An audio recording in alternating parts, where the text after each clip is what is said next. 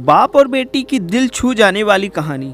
पति अपने पति से कहती है, पता नहीं क्या हो गया है हमारी पायल को, कल रात को खाना भी नहीं खाया और रो भी रही थी। अभी सुबह जगाने गई तो फिर भी रो ही रही थी। वजह पूछा तो बस इतना कहा कि प्लीज़ माँ मुझे अकेला छोड़ दो। मुझे लगता है कि शायद उसे किसी ने प्यार में धोखा दिया है। डर लगता है कहीं वह खुद को नुकसान न पहुँचा ले।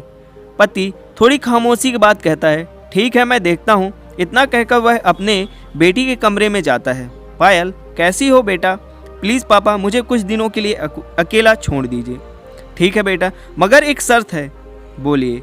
मैं तुम्हें एक बकवास सी कहानी सुनाना चाहता हूँ, तुम सुन लो, फिर तुम्हें मैं डिस्टर्ब नहीं करूँगा। ओके ठीक है, सुनाइए। आज से करीब 20 साल पहले एक राजा हुआ करते थे, बेहद अमीर। उनके 2 बेटे थे। बड़ा बेटा बेहद आज्ञाकारी और ईमानदार था। उस राजा को अपने बेटे पर नाज था।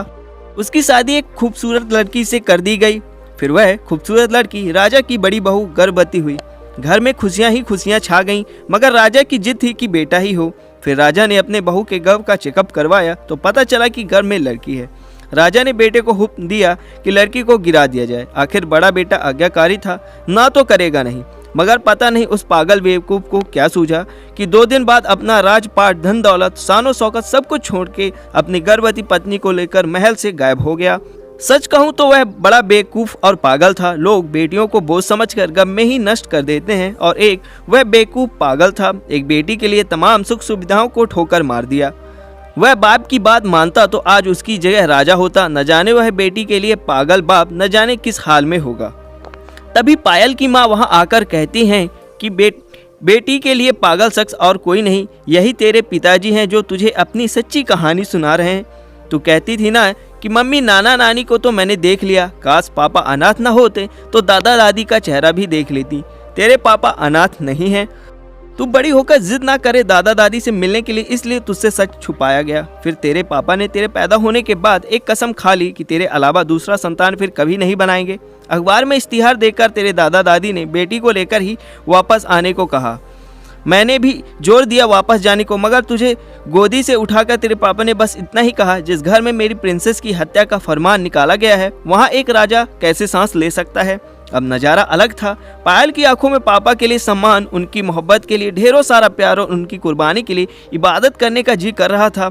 आंसू थमने का नाम नहीं ले रहे थे, मगर सब कुछ अब सिर्फ पापा के लिए ही था।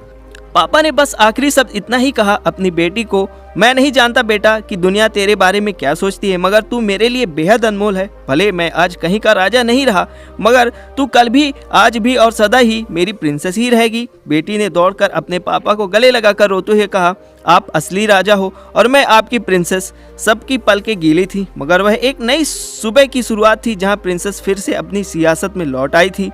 बेटियाँ माता पिता की जान होती हैं, उनकी आन बान और शान होती है। इसी के साथ यह कहानी यहीं पर समाप्त होती है। आशा करता हूँ इस कहानी के माध्यम से जो भी उपदेश मैं आप तक पहुँचाना चाहता था वह आप तक जरूर पहुँचा होगा। और यदि यह कहानी आपको अच्छी लगी हो तो सब्सक्राइब और लाइक करना नहीं भूलिएगा। धन्यवाद।